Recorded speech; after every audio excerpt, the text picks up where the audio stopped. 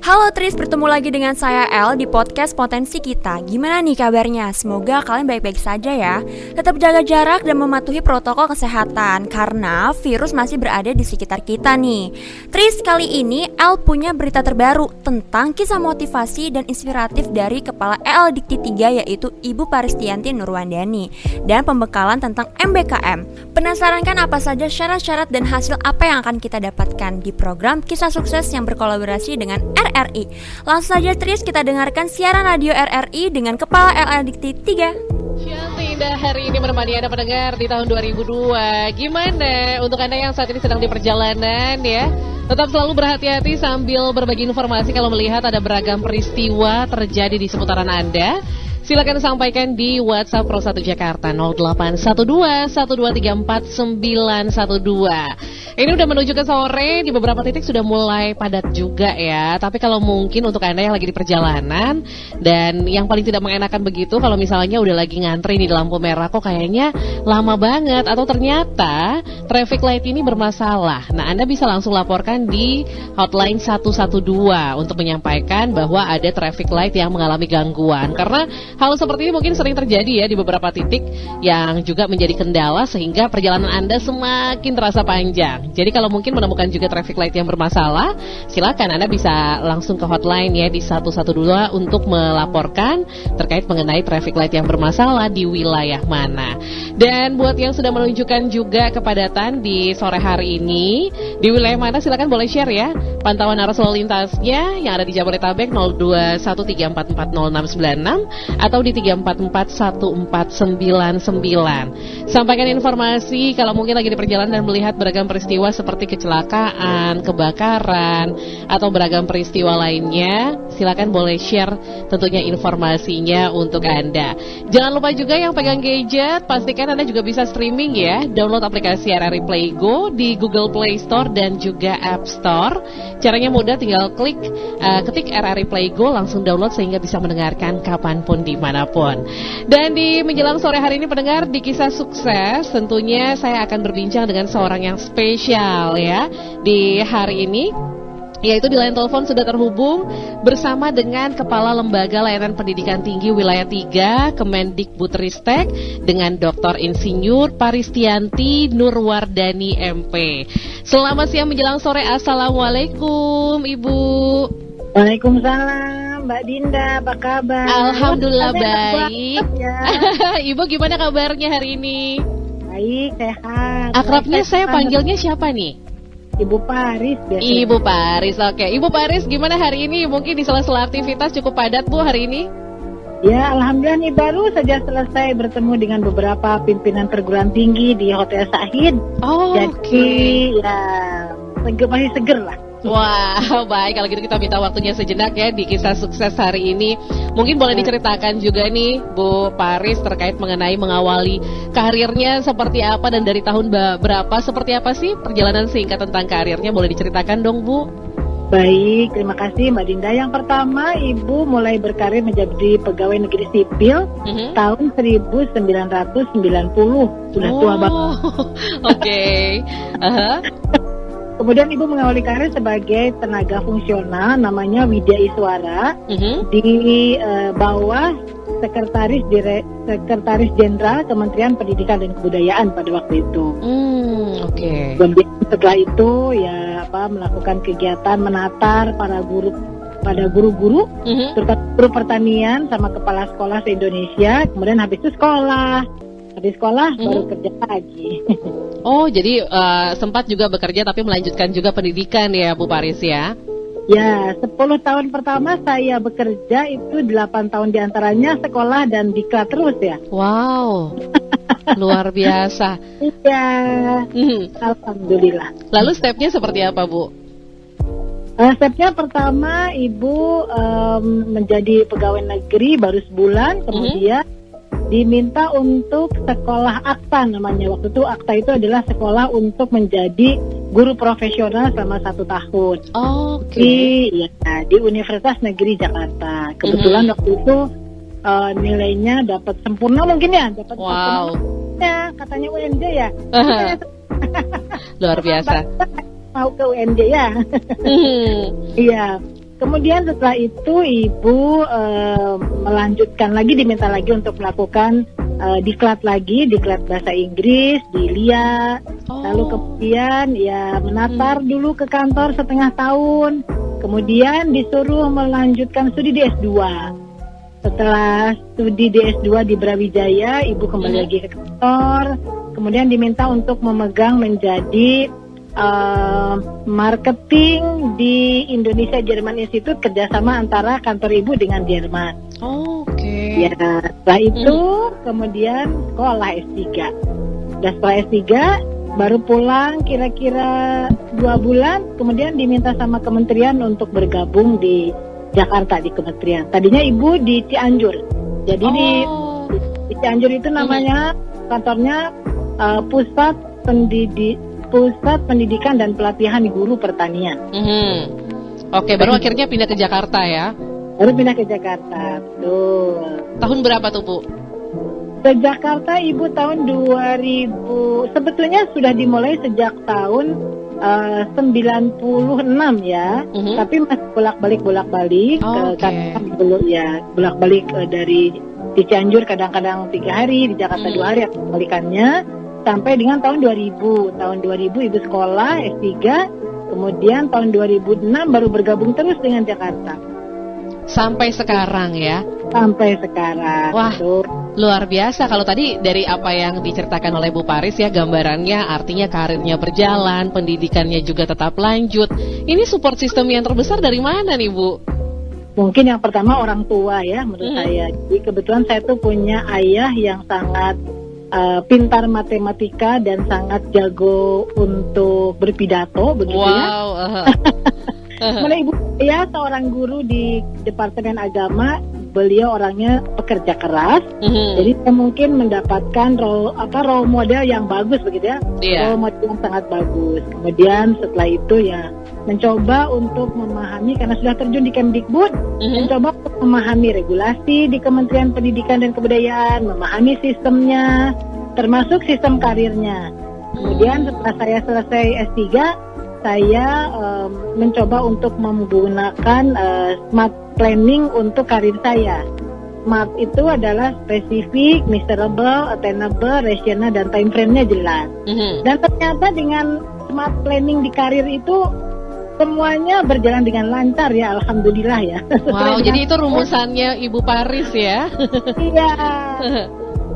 Dapat bonus lah Mbak, jadi diplomat yang tidak ada di dalam karir di dalam karir planning saya. Diplomat itu bonusnya, sama jadi kepala LLDT. Wow, tapi dari berbagai macam, saya juga sempat sudah men-search gitu ya, cukup banyak juga jabatan yang sempat diemban oleh Ibu Paris.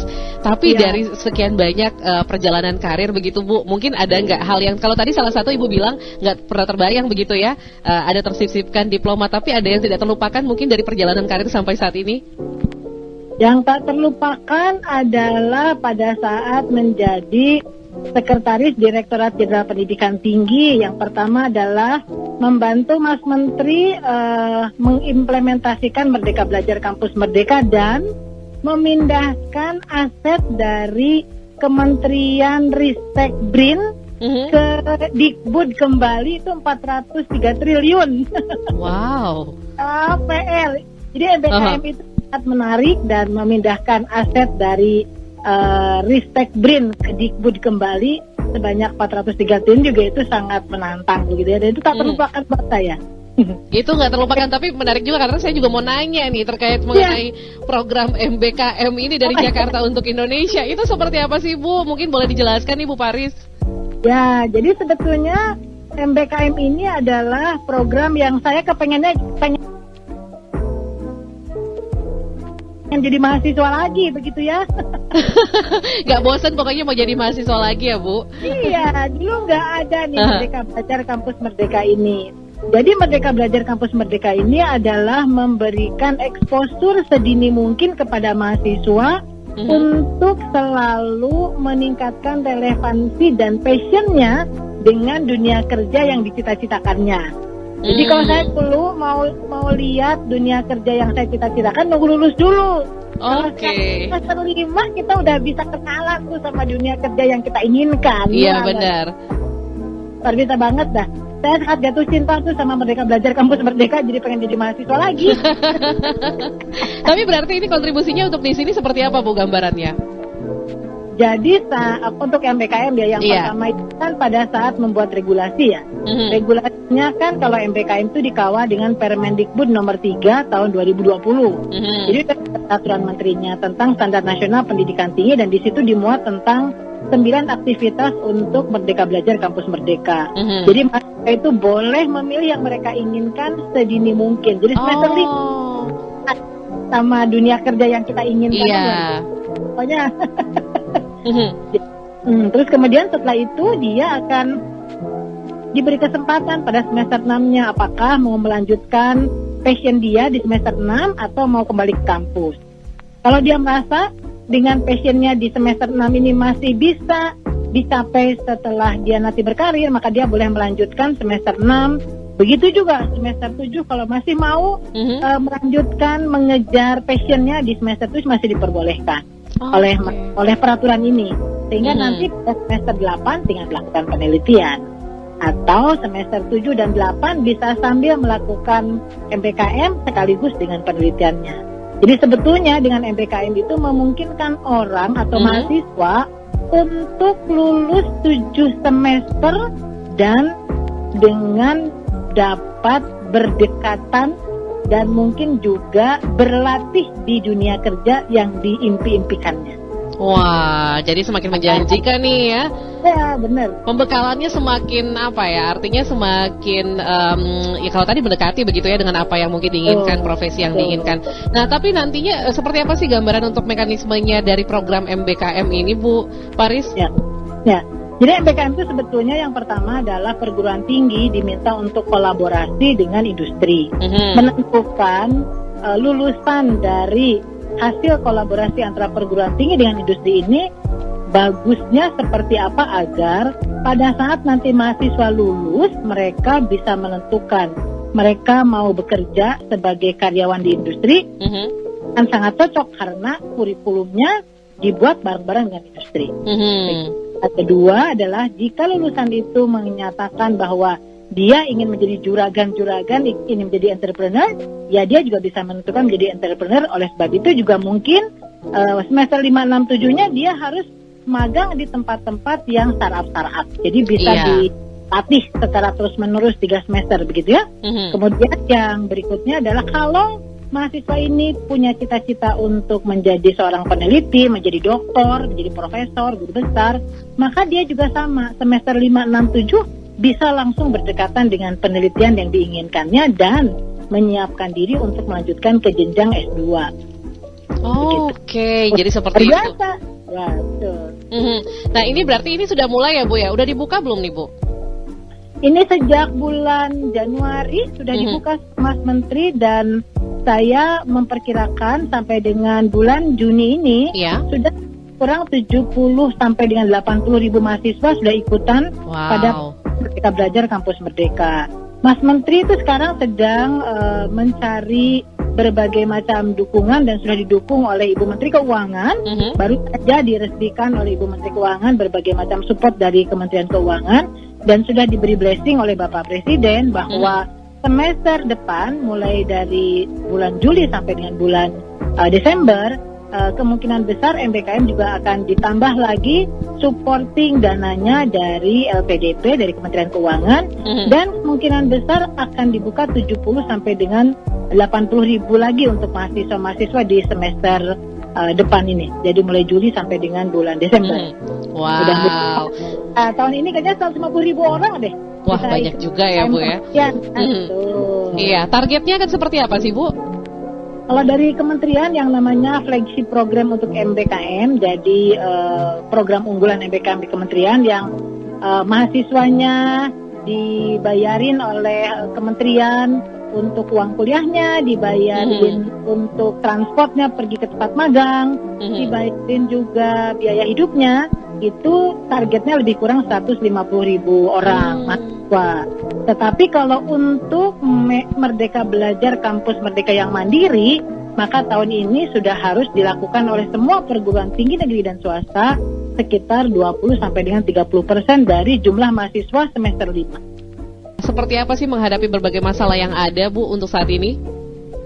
Kalau ada masalah, pasti ada inovasi kan.